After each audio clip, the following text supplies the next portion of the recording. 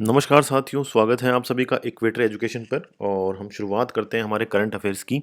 Date है आज की 19 अप्रैल और स्वागत है आप सभी का। हम देखते हैं कौन कौन सी ऐसी न्यूज़ है जो हमारे लिए इम्पोर्टेंट है या हमारे एग्जाम के दृष्टिकोण से इम्पोर्टेंट है। हम देखेंगे दोनों न्यूज़पेपर को और उनके एक एक न्यूज़ हम डिस्कस करेंगे और फिर उस न्यूज़ को विस्तार से डिस्कस करेंगे जो हमारे लिए इम्पोर्टेंट है। देखिए, आज से लोकसभा चुनावों का जो पहला फेज है उसके लिए वोटिंग शुरू हो चुकी है। आपको पता है हमारे देश में 6 फेज में इस बार चुनाव होने हैं और उसी कड़ी के अंदर पहले फेज के अंदर जो चुनाव होने हैं 102 लोकसभा सीटों के ऊपर, उसके लिए वोटिंग आज सुबह 7 बजे से लेकर और शाम को 6 बजे तक चलेगी। तो आज से वोटिंग शुरू हो चुकी है और जो वोटिंग के लिए पार्टीज होती हैं वो अलग अलग पोलिंग बूथ के ऊपर कल ही पहुंच चुकी है और इसके बाद में अब वोटिंग शुरू हो जाएगी। इसके बाद में देखिए ईवीएम को लेकर सुप्रीम कोर्ट है वहाँ हियरिंग चल रही है। तो उसमें इलेक्शन कमीशन ने ये कहा है कि देखिए जो ईवीएम है ना वो फुल प्रूफ सिक्योर है, उसमें किसी भी प्रकार की कोई छेड़खानी करना या उनके अंदर टैंपरिंग करना वो लगभग इम्पॉसिबल है। उनके अंदर टैंपरिंग करना लगभग इम्पॉसिबल है ईवीएम को लेकर। तो अभी भी हियरिंग बात चल रही है और सुप्रीम कोर्ट को इलेक्शन कमीशन ने यही कहा है। इसके बाद में देखिए आपको पता है कि हम जो ईरान और इज़राइल का कॉन्फ्लिक्ट है उसको देख भी रहे हैं, अच्छे से समझ भी रहे हैं। तो उसमें एक घटना हुई थी 11 अप्रैल को कि एक जो शिप था, एक जो इज़राइल का शिप था वो जा रहा था इज़राइल के लिए और उसमें 17 भारतीय सवार थे और इस शिप को ईरान के द्वारा बंधक बनाया था, ईरान के द्वारा पकड़ लिया गया था। इन 17 भारतीयों में से जो एक भारतीय है उन्हें कल फ्री कर दिया गया है, कल उन्हें छोड़ दिया गया है, तो वो अपने देश वापस लौट आई हैं। तो भारत लगातार डिप्लोमेटिक चैनल से कोशिश कर रहा है कि हम सब भारतीयों को वहाँ से छुड़ा लें। लगातार भारत इसी कोशिश में लगा हुआ है और कुछ सफलता भारत को मिली थी कि जब भारत को वहाँ पर डिप्लोमेटिक एक्सेस मिल गई थी, यानी वहाँ पर राजनीतिक रूप से संपर्क स्थापित करने की अनुमति मिल गई थी। और अब फाइनली एक इंडियन है वो वापस भी लौट आए हैं। तो उम्मीद है बाकी जो और भी 16 भारतीय वहाँ बचे हुए हैं वो भी जल्दी ही लौट आएंगे। इसके अलावा कोई और ज़्यादा अच्छी बड़ी न्यूज़ नहीं है, यही न्यूज़ थी जो द हिंदू के फ्रंट पेज पे थी। इसके बाद में इंडियन एक्सप्रेस पे भी आप देखोगे कि देखिए यही है कि चुनाव से जो पहला चरण है उसकी वोटिंग आज शुरू हो जाएगी और इसमें पूरे के पूरे 102 लोकसभा सीटें हैं, इनके लिए वोटिंग होगी। इसके बाद में देखिए ये पाकिस्तान से जुड़ी हुई न्यूज़ है और वहाँ पर पॉलिटिकल न्यूज़ ज़्यादा है। और इसके बाद में देखिए ये सुप्रीम कोर्ट है वो अपना निर्णय सुनाएगा बहुत ही जल्दी ईवीएम्स को लेकर कि उनमें कोई सुधार की ज़रूरत है या बैलेट पेपर के लिए तो पहले ही सुप्रीम कोर्ट मना कर चुका है। तो अब जो इलेक्ट्रॉनिक वोटिंग मशीन है यानी ईवीएम्स है उनके अंदर क्या सुधार किया जाए, जो याचिकाकर्ता थे उन्होंने किस सुधार की मांग की है, तो सभी पक्षों को अब सुप्रीम कोर्ट ने सुन लिया है और अब फाइनली सुप्रीम कोर्ट इस पर अपना फैसला जल्दी ही देंगे। ये यहाँ पॉलिटिकल न्यूज़ से जुड़ी हुई चीज़ें हैं जो हमारे लिए ज़्यादा इम्पोर्टेंट नहीं है। ये भी यहाँ पॉलिटिकल न्यूज़ है और सभी ये जो है ये पॉलिटिकल न्यूज़ जो है ज़्यादा जुड़ी हुई, हमारे लिए करंट अफेयर से ज़्यादा इम्पोर्टेंट ये नहीं है। तो अब हम देखेंगे एक एक आर्टिकल को विस्तार से जो हमारे लिए इम्पोर्टेंट है। देखिए जो आईएमएफ है, आईएमएफ ने ये कहा है कि जो हमारा डेमोग्राफिक डिविडेंड है ना इंडिया के अंदर, उसको यूज़ करने के लिए या उसके अधिकतम लाभ उठाने के लिए हमें शिक्षा और स्वास्थ्य के अंदर ज़्यादा इन्वेस्टमेंट करने की ज़रूरत है। अब देखिए सबसे पहले तो हम देखेंगे डेमोग्राफिक डिविडेंड होता क्या है या जनांकीय लाभांश क्या होता है। देखिए अगर किसी भी देश के अंदर कार्यशील जनसंख्या जो होती है ना, कार्यशील जनसंख्या, तो कार्यशील जनसंख्या कौन सी जनसंख्या, 18 वर्ष से लेकर 65 वर्ष की आयु की जो जनसंख्या है ना उसे हम कहते हैं कार्यशील जनसंख्या। यानी ये ऐसी जनसंख्या है जो अपने लिए खुद जीविका कमा सकती है, किसी के ऊपर डिपेंड नहीं है। तो अगर किसी देश में जनसंख्या के अंदर 18 से 65 जो आयु वर्ग है ना उसका शेयर अगर ज़्यादा होता है और जो डिपेंडेंट पॉपुलेशन है यानी 65 से ऊपर के जो लोग होते हैं वो खुद नहीं कमा सकते, वो डिपेंडेंट होते हैं। 18 से कम आयु के जो बालक बालिकाएं होती है वो भी डिपेंडेंट होती है। तो अगर किसी देश में पॉपुलेशन में कार्यशील जनसंख्या का भाग तो ज़्यादा हो और डिपेंडेंट जनसंख्या का भाग कम हो तो उस स्थिति को हम कहते हैं डेमोग्राफिक डिविडेंड, यानी वो देश डेमोग्राफिक रूप से बहुत ज़्यादा लाभ की स्थिति में है। और देखिए ये जनसंख्या जहाँ ज़्यादा होती है उसी देश में जीडीपी में तेज आर्थिक वृद्धि की संभावनाएं होती है, वो देश ही विकसित देश बन सकता है।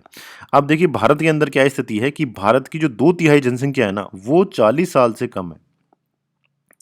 तो भारत के पास तो जबरदस्त डेमोग्राफिक डिविडेंड की स्थिति है। भारत के पास जबरदस्त डेमोग्राफिक डिविडेंड की स्थिति है।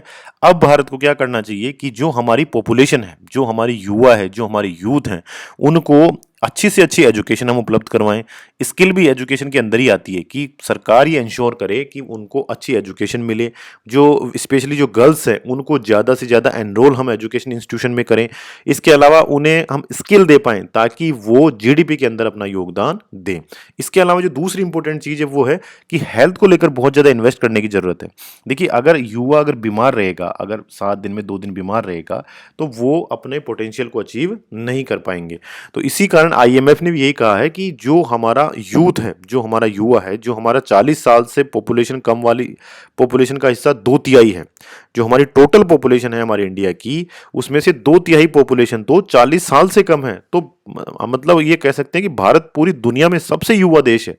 तो इस युवा देश के अंदर अगर हमें इस डेमोग्राफिक डिविडेंड की स्थिति का लाभ उठाना है ना, तो हमें शिक्षा और हेल्थ के अंदर बहुत ज़्यादा इन्वेस्ट करने की ज़रूरत है। ये कहना है आईएमएफ का और भारत सरकार भी इस चीज़ को मानती है। इसीलिए एजुकेशन के लिए बहुत सारी योजनाएँ चलाई जा रही है, हेल्थ के लिए बहुत सारी योजनाएँ चलाई जा रही है। लेकिन अभी भी एजुकेशन और हेल्थ के अंदर जो खर्चा सरकार के द्वारा किया जाना है ना, उतना खर्चा नहीं किया जा रहा है। उस इन्वेस्टमेंट को बढ़ाए जाने की ज़रूरत है।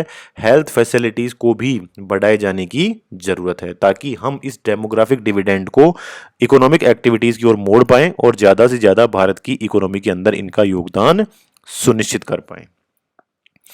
इसके बाद में देखिए जो एनजीटी है उन्होंने चिंता जाहिर की है किसके ऊपर, जो चेन्नई के अंदर वाटर बॉडीज हैं जैसे नदियां हैं, झीलें हैं, तालाब हैं, उनके अंदर केमिकल लगातार बढ़ते जा रहे हैं। इसको लेकर जो नेशनल ग्रीन ट्रिब्यूनल है उन्होंने चिंता जाहिर की है। देखिए ट्रिब्यूनल बहुत ज़बरदस्त है, यूपीएससी के हिसाब से बहुत इंपॉर्टेंट है और अलग अलग एग्जामों में इसके सवाल पूछे जाते हैं। तो एनजीटी से जुड़ा हुआ जो भी कंसेप्ट है वो हम विस्तार से डिस्कस कर लेते हैं।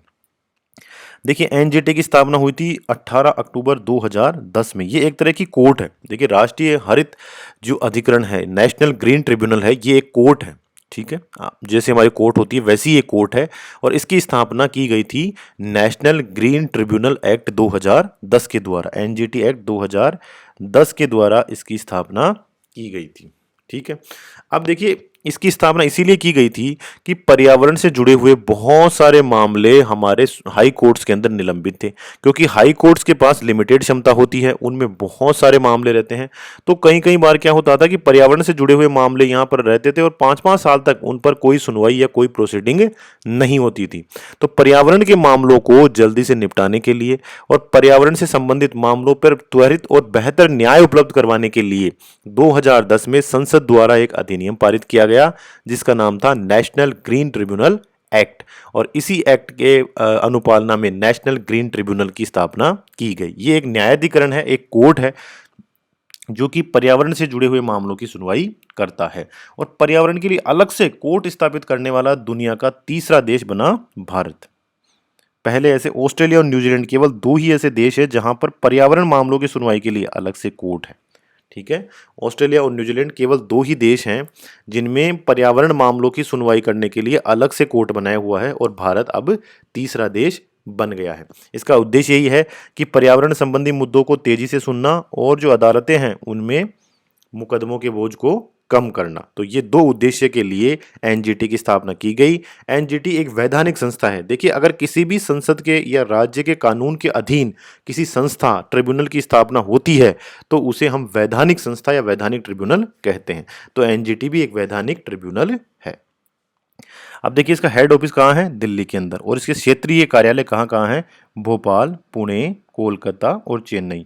यानी इस देश के लगभग हर एरिया के अंदर इसका एक रीजनल ऑफिस है और मुख्यालय इसका दिल्ली में। ठीक है, जो एक्ट बनाया हुआ है राष्ट्रीय हरित अधिकरण अधिनियम 2010 के अंदर बना था, इसमें एक प्रावधान ये भी रखा गया है कि एनजीटी 6 महीने के अंदर ही मामलों का निपटारा कर दें। ठीक है, एनजीटी में संरचना यानी कैसे कैसे गठन होता है, तो इसमें एक अध्यक्ष होता है। सबसे पहले तो इसमें एक अध्यक्ष होता है और इसकी जो कार्य अवधि होती है वो 3 वर्ष या 65 साल की आयु, जो भी पहले होगा। अगर 3 वर्ष पहले हो जाएंगे तो उसे हटा देंगे, या 65 वर्ष की आयु जाएगी तो पहले हटा देंगे। ठीक है, और इनको वापस नियुक्त नहीं किया जाता है। एनजीटी का जो अध्यक्ष होता है उसकी नियुक्ति, देखिए भारत के जो चीफ जस्टिस होते हैं ना, वो राय देते हैं केंद्र सरकार को, और केंद्र सरकार के द्वारा ही इस एनजीटी के मुखिया की नियुक्ति की जाती है।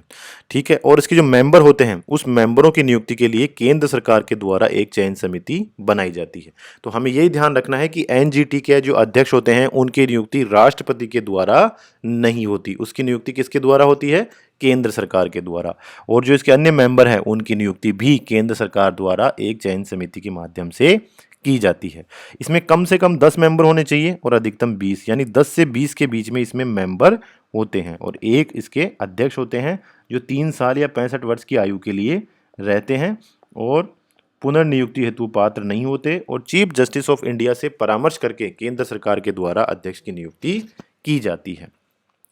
अब देखिए एनजीटी है ना, इन 6 मामलों से जुड़े हुए जो मामले होते हैं, इन 7 कानूनों से जुड़े हुए जो भी मामले हैं ना, वो एनजीटी के दायरे में आते हैं।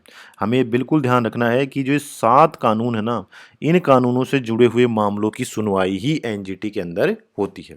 जैसे जल प्रदूषण और निवारण नियंत्रण अधिनियम 1974, फिर 1977 का अधिनियम, वन संरक्षण अधिनियम 1980, वायु प्रदूषण निवारण और नियंत्रण अधिनियम 1981, पर्यावरण संरक्षण अधिनियम 1986 और पर्यावरण संरक्षण अधिनियम संशोधन अधिनियम था 1986 का, फिर जैव विविधता अधिनियम 2002।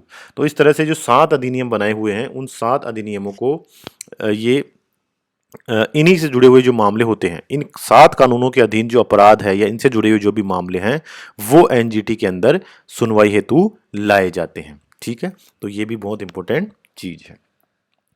इसके बाद में देखिए, ये हमने भी फ्रंट पेज के ऊपर भी देखा था कि जो ईवीएम है ना, उसको लेकर सुप्रीम कोर्ट के अंदर सुनवाई चल रही है, और सुप्रीम कोर्ट के अंदर जो इलेक्शन कमीशन है उन्होंने कहा है कि जो ईवीएम है ना, उसे टैंपर करना इम्पॉसिबल है, उसमें छेड़छाड़ करना या उसे मैनिपुलेट करना लगभग इम्पॉसिबल है। तो ये कहना है इलेक्शन कमीशन का।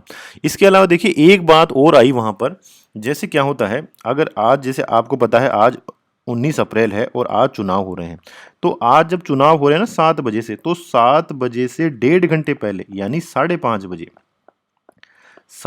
बजे सुबह मॉक पोल की प्रोसेस आयोजित होती है। मॉक पोल क्या होता है कि जो ईवीएम है ना, ईवीएम, उसमें जो कर्मचारी होते हैं वो चुनाव के जो एजेंट होंगे ना, जैसे मान लीजिए जो चुनाव व्यक्ति जो लड़ता है वो अपने एजेंट नियुक्त करता है, जो मतदान केंद्र के ऊपर सारे दिन बैठे रहते हैं और वो ये देखते रहते हैं कि हाँ मतदान की प्रक्रिया ठीक चल रही है, यहाँ पर किसी तरह की कोई भी इरेगुलरिटी नहीं मिल रही है। तो उन्हें हम बोलते हैं पोलिंग एजेंट। जो चुनाव लड़ रहा है वो अपने एजेंट निर्वाचित करता है और वो पोलिंग बूथ के अंदर बैठे बैठे सारे दिन पोलिंग की प्रोसेस देखते रहते हैं। तो सुबह सुबह क्या होता है, जब भी पोलिंग होती है उससे 1.5 घंटे पहले मॉक पोल होती है, यानी जो एजेंट होते हैं ना वहां पे, उनको वो पोलिंग पार्टी वोट डाल डाल कर दिखाती है कि हाँ देखो आप जिसे वोट डाल रहे हो ना उसी को ही वोट जा रहा है। तो उसी समय ही सभी एजेंटों को ईवीएम की टेस्टिंग करवाई जाती है, उन्हें ईवीएम में वोट डाल के फिर वीवीपैट में जो पर्ची आती है ना, वो पर्चियां भी उन्हें निकाल कर दिखाई जाती है कि देखो आपने जिन्हें वोट दिया है उन्हीं को वोट जा रहा है। तो एक तरह से जो एक्चुअल पोल होता है उससे 1.5 घंटे पहले मॉक पोल का आयोजन करवाया जाता है, यानी जो एक्चुअल पोलिंग है उसी तरह से मशीनों को जोड़कर और एक मॉक पोल यानी ट्रायल पोल होती है, उसमें ईवीएम को टेस्ट करके फिर दिखाया जाता है वहां पर जो एजेंट होते हैं उनको कि देखो जो ये ईवीएम मशीन है ये बिल्कुल सही काम कर रही है और इसके अंदर वोट सही पड़ रहे हैं। तो इस तरह से एक ट्रांसपेरेंसी प्रोसेस है ताकि सभी को विश्वास हो जाए कि ईवीएम सही काम कर रही है। ठीक है, तो मॉक पोल आयोजित किया जाता है एक्चुअल पोल से पहले और उसमें सभी को ये दिखाया जाता है कि ईवीएम सही से काम कर रही है। तो इलेक्शन कमीशन ने यह भी कहा है कि देखिए हम ट्रांसपेरेंसी के लिए मॉक पोल भी करवाते हैं, हर बूथ के ऊपर मॉक पोल होती है और वहां भी इसके परिणाम बिल्कुल सही आते हैं, वहां पर भी किसी तरह की इरेगुलरिटी नहीं होती है। और इलेक्शन कमीशन बार बार कह रहा है कि ईवीएम को छेड़छाड़ करना या उनमें टैंपरिंग करना ये बिल्कुल भी संभव नहीं है। इसके बाद में देखिए ये हमने देखा ही था कि बंगाल में जो गवर्नर हैं उन्होंने क्या घोषणा की कि वो कूच बिहार ज़िले के अंदर, जो कूच बिहार ज़िला है बंगाल के अंदर, वहाँ पर 18 और 19 तारीख को वो विजिट करने के लिए जाएंगे। तो इसके ऊपर जो इलेक्शन कमीशन ऑफ इंडिया था उसने क्वेश्चन रेज किए थे कि भाई आचार संहिता लगी हुई है, वहाँ 19 अप्रैल को इलेक्शन होगा, तो आप वहाँ क्यों जा रहे हैं? आपके जाने की वजह से वहाँ जो सुरक्षा कर्मी है वो डिस्टर्ब होंगे, आपको सुरक्षा प्रोवाइड करवानी पड़ेगी, और इस वजह से जो हमारी पोलिंग प्रोसेस है वो प्रभावित हो सकती है। तो फाइनली जो वहाँ पर जो गवर्नर है सीवी आनंद बोस, इन्होंने कहा है कि हाँ मैं अपना दौरा रद्द करता हूँ, मैं अपना जो 18 और 19 तारीख का जो प्रस्तावित दौरा था कूच बिहार का, उसे अब नहीं करूँगा। तो उम्मीद है आज का वीडियो आपके लिए यूज़फुल रहा होगा और आपके कंसेप्ट भी क्लियर हुए होंगे। आप सभी का धन्यवाद। Thank you very much.